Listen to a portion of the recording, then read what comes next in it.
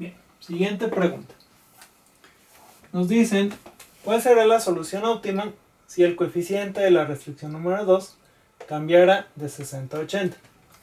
O sea, si este valor en lugar de 60 fuera 80. Entonces tengo dos caminos. Uno es resolver todo el simplex nuevamente, o el otro camino es el siguiente. Sería calcular el intervalo de la restricción número 2. Para calcular ese intervalo, utilizamos la última tabla simplex. Lo primero que necesito es calcular una tabla en la cual primero vamos a poner la cantidad de solución. Esto es la última columna del lado derecho de la tabla simplex. Sería 20, 40. Para restricción número 2 utilizamos la columna de C2, que sería 0 y 1. Recordar que si cambia la restricción 1 usamos la columna de C1. Si modificamos la restricción 2 utilizamos la columna de C2, 0, 1. Y calculamos su relación.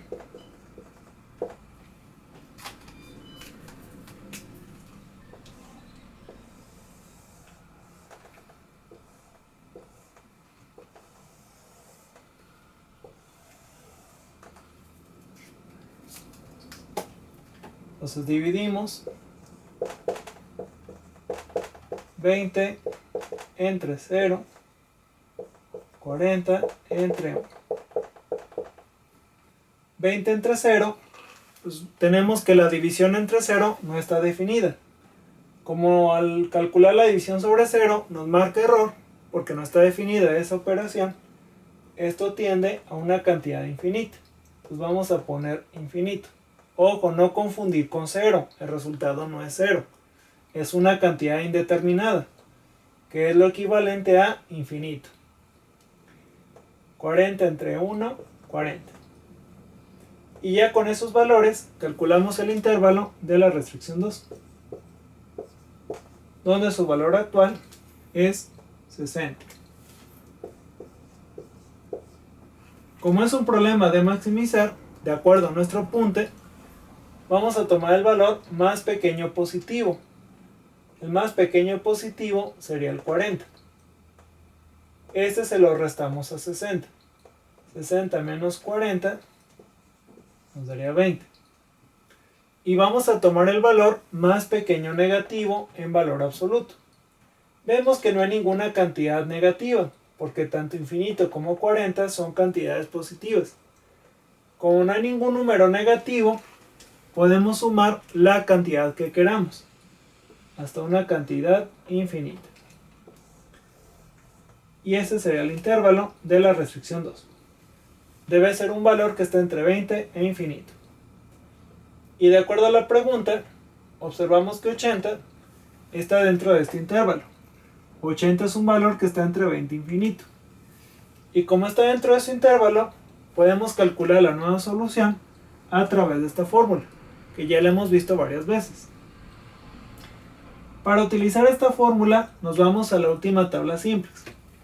Vamos a anotar las variables como aparecen en esa última tabla simplex. O sea, x2, s2 y zj, que es la función objetivo. En este mismo orden la vamos a anotar. x2, c2, función objetivo. Esto es igual a su valor original. Esto es la última columna del lado derecho de la tabla simplex. 20, 40, 2400. Que es lo que originalmente vale cada una de esas tres variables. x2 20, s2 40, utilidad 2400. Más columna de S. Como estamos modificando la restricción 2, utilizamos la columna de S2. Columna de S2 sería 0, 1, 0.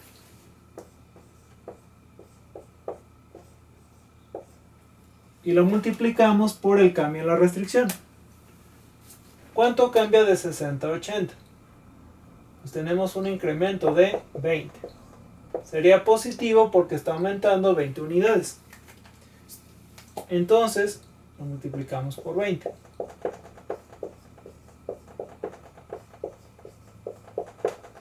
Sería 20 más 0 por 20 es 0, es 20. Entonces x2 es igual a 20. S2 sería 40 más 1 por 20, 20. 40 más 20, 60. S2 vale 60. Utilidad sería 2400 más 0 por 20, 0. Nos da 2400. Por lo tanto, la nueva solución óptima